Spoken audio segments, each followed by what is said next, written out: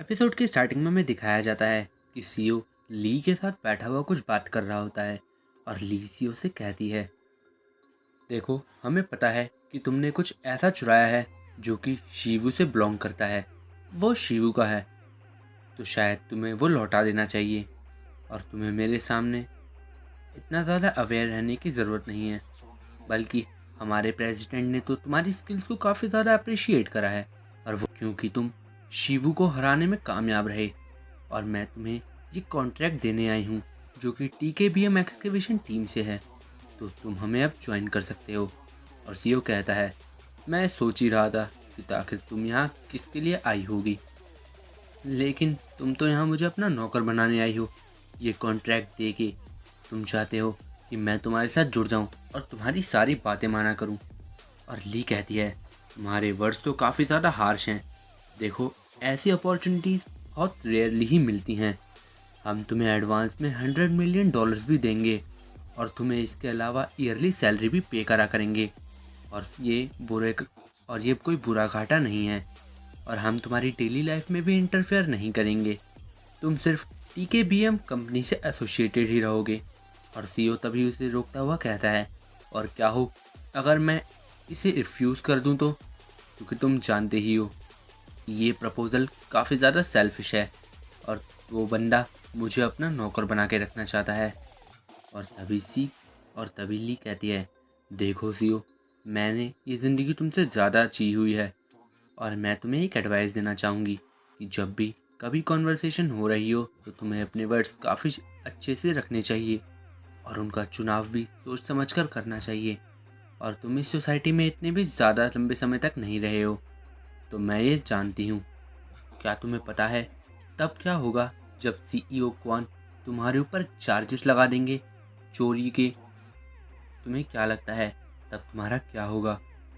Jiang gallery जैसी एक छोटी मामूली दुकान रातों रात बंद हो सकती है और तुम्हारे एक ग्रुप के मेंबर्स अचानक से किसी बुरी बीमारी का शिकार होकर मर सकते हैं, और मुझे नहीं लगता कि इससे तुम भी बच पाओगे। और तभी सीओ मुस्कुराकर कहता है, तो आखिर तुमने अपने असली रंग दिखाने शुरू कर दिए। मैं जानता था तुम यही करने वाली हो, तो तुम अब मुझे थ्रेट्स दे रही हो। तो तुम्हारे कहने का मतलब है कि अगर मैं तुम लोगों के लिए काम नहीं करता तो तुम लोग मुझे मार डालोगे।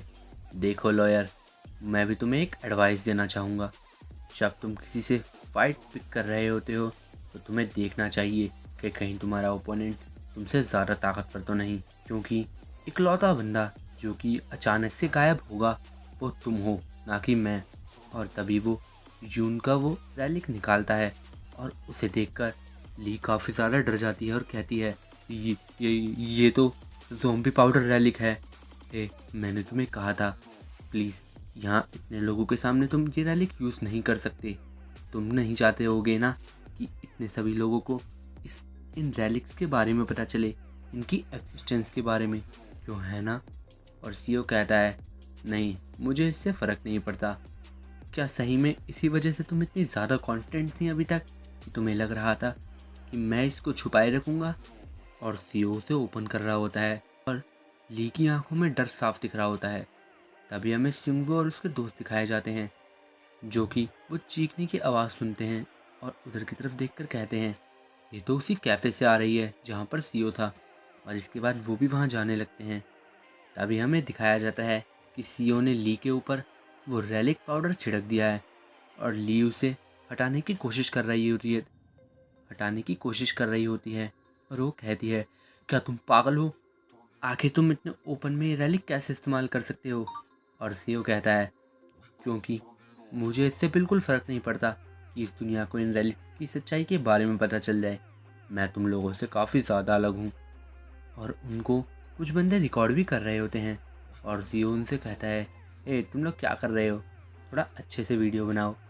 देखो, यहाँ पे एक ऐसा चमकीला चमकीला पाउडर इधर उधर घूम रहा है, ये काफ़ी गजब है ना?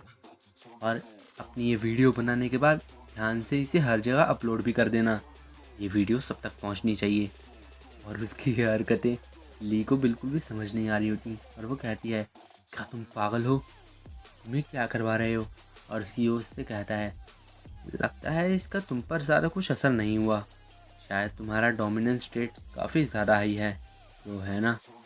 और अगर तुम्हारे पास कोई रैलिक है तो मैं यही एडवाइस करूँगा तुम उसे अभी यूज़ कर लो, क्योंकि ये पाउडर काफ़ी ज़्यादा स्ट्रॉन्ग है। और तभी ली अपना रैलिक निकालती है और वो यूज़ करती है, और तभी वहाँ काफ़ी सारी वाटर वेव्स सीओ के पास आने की होती हैं, जो कि सीओ को बहाने में कैपेबल हो सकती थी। और ली कहती है अब मेरी इस वाटर कैनन का स्वाद चखो, और सीओ से देखकर कहता है सही है, ये भी काफ़ी बुरा नहीं है। और तभी उसका वो लॉ ऑफ हम्मुराबी वाला रैलिक आ जाता है, और सीओ पर जो भी अटैक होने वाला होता है उस वाटर कैनन का, वो सारा अटैक रिफ्लेक्ट होके अपोजिट में ली पर ही लग जाता है। और सीओ कहता है तो ये तुम्हारा हुआ अब। और ली उस रैलिक को देखकर हैरान होती है और कहती है ये तो कोड ऑफ हामुराबी है। तभी सीओ अपनी सिल्वर एक्स निकालता है और ली पर हमला करने ही जा रहा होता है, और वो सिल्वर एक्स से कहता है हमारे एनिमी जो कि मेरे फॉर्चून को ख़राब करने यहाँ आया है, इसे काट के रख दो सिल्वर एक्स।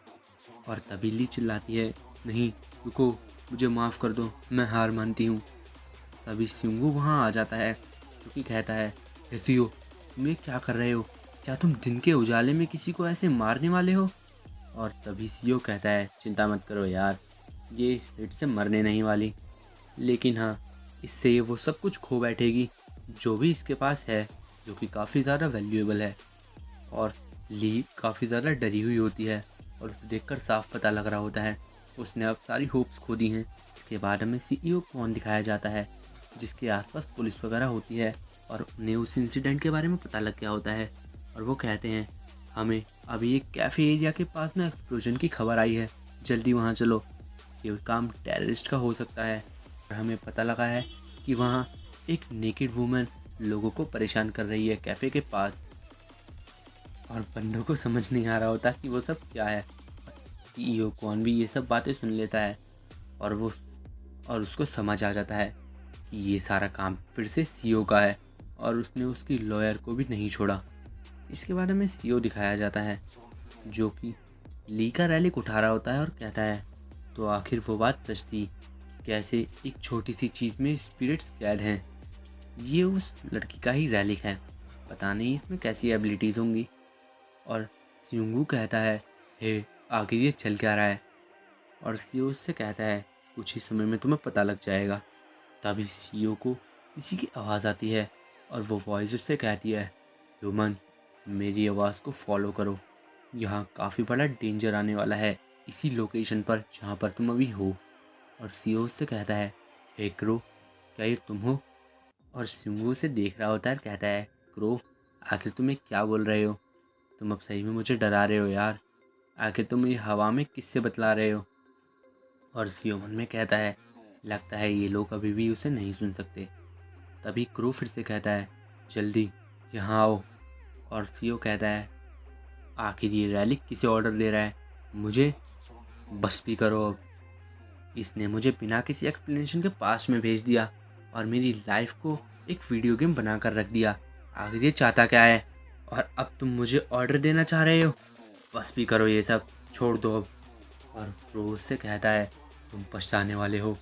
और सीईओ गुस्से में मन में कहता है मुझे हंसाना बंद करो, क्या तुम्हें सही में लगता है कि मैं एक रैली की बातों पर विश्वास करूंगा। और तभी सीईओ कौन वहां आ जाता है, जिसके आसपास से काफ़ी सारा ऑरा निकल रहा होता है उसके रैलिक्स का। और वो कहता है तुमने सही में काफ़ी बड़ा सीन क्रिएट कर दिया है यहाँ पे, तो तुम ही वो सीईओ हो तो, है ना। और उसे देखकर सीईओ से कहता है ओह तेजुन वॉन तुमसे मिलकर अच्छा लगा। और सिंगू भी उसे देखता है और कहता है ये तो सही में तेजुन कौन है, आखिर ये चल क्या रहा है, क्या हम ठीक रहेंगे ना, यहाँ पर कोई दिक्कत तो नहीं होगी। और कौन कहता है ये ये मेरा फर्स्ट टाइम है तुम्हारे फ्रेंड से मिलना, है ना, मैं हूँ तेजुन कौन, तुमसे मिलकर अच्छा लगा। और तभी उसकी रैलिक्स की पावर की वजह से सिंगू और उसके दोस्तों को एक अजीब सी एनर्जी फील होती है, और वो लोग खुद के पैरों पर खड़े भी नहीं हो पा रहे होते, उन पर एक अलग ही तरह का प्रेशर बन रहा होता है। और वो कहता है मैं हिल नहीं सकता। और सीईओ को भी पता लग जाता है कि ये सारा काम धाम सीईओ क्वॉन का ही है और वो उसके ऑरा को फील कर पा रहा होता है जो कि क्वॉन की पूरी बॉडी में से निकल रहा होता है और वो सही में काफ़ी ज़्यादा पावरफुल लग रहा होता है। तभी सीईओ अपना रैलिक नाइफ निकालता है और क्वॉन के गर्दन पर लगाता है काफ़ी फुर्ती से और क्वॉन इसको रोक भी नहीं पाता और सीईओ उससे कहता है, यहाँ काम ख़राब मत करो क्वॉन, अगर तुम ऐसा ही चाहते हो तो मैं भी पीछे नहीं हटूँगा। तुम्हें ह्यूमंस को डोमिनेट नहीं करना चाहिए और ख़ासकर उनको जो कि मेरे साथी हों, तो क्यों ना अब तुम ये सब रोक दो। और तभी क्वॉन ये सब करना रोक देता है और सब कुछ नॉर्मल हो जाता है और क्वॉन सीईओ से कहता है, तो सच में तुम इतने ज़्यादा ताकतवर हो कि तुम्हें यून और मेरी लॉयर भी नहीं रोक पाए। तुम्हारी स्किल्स जितना मैंने एक्सपेक्ट किया था उससे ज़्यादा अच्छी हैं और तुम भी उन्हें हैंडल करने में काफ़ी सही हो। तो मुझे नहीं लगता मैं तुम्हें ऐसे जाने दे सकता हूँ। मैंने एक भविष्यवाणी सुनी थी और उसमें था कि एक दिन आएगा जब पूरी दुनिया के लोगों को रेलिक्स के एक्सिस्टेंस के बारे में पता लग जाएगा। और सीईओ मन में कहता है, तो इसे उस फ्यूचर गाइड से फ्यूचर का एक ग्लिम्स मिल गया है। और क्वॉन सीईओ से कहता है, लेकिन ये कोई भी सेंस नहीं बनाता, क्यों है ना? और वैसे भी मुझे काफ़ी सारी चीज़ें हैं जो अभी इन रेलिक्स के साथ करनी हैं, तो मुझे उन सब को ख़त्म करना है जो भी इन रेलिक्स के बारे में जानते हैं। और वो अपनी एनर्जी इकट्ठा कर रहा होता है और सीईओ पे अटैक करने ही जा रहा होता है और वो कहता है, ये रीज़न इनफ होगा तुम जैसों को ख़त्म करने के लिए। और वो प्रेशर जो उस एनर्जी से निकल रहा होता है वो काफ़ी ज़्यादा होता है। सुंगवू और उसके दोस्त उसे हैंडल तक नहीं कर पा रहे होते, लेकिन उसका असर सीईओ पे इतना ज़्यादा कुछ हो नहीं रहा होता। और सीईओ अब भी आराम से वहीं खड़ा होता है और कहता है, तो तुम इसे ऐसे आगे बढ़ाना चाहते हो? और तभी क्वॉन काफ़ी हैरान होता है और कहता है, आखिर तुम यहाँ से गायब क्यों नहीं हुए? मैंने तो रैलिक का इस्तेमाल किया था तुम पर ताकि तुम यहाँ से हमेशा के लिए गायब हो जाओ। और तभी सीईओ अपने हाथ में उन रैलिक्स को दिखाता हुआ कहता है, तो क्या तुम इनकी बात कर रहे हो? और क्वॉन कहता है, तुमने तुमने ये कब किया? और हमें पता चलता है कि सीईओ ने उसके उन रैलिक्स को तब चुराया जब वो उसे डरा रहा था नाइफ लगाकर। और सीईओ कहता है, मैं अपनी तारीफ़ तो नहीं करना चाहता, लेकिन सही में मैं ये काफ़ी आसानी से कर लेता हूँ, तो अब इन्हें मैं यूज़ करूँगा।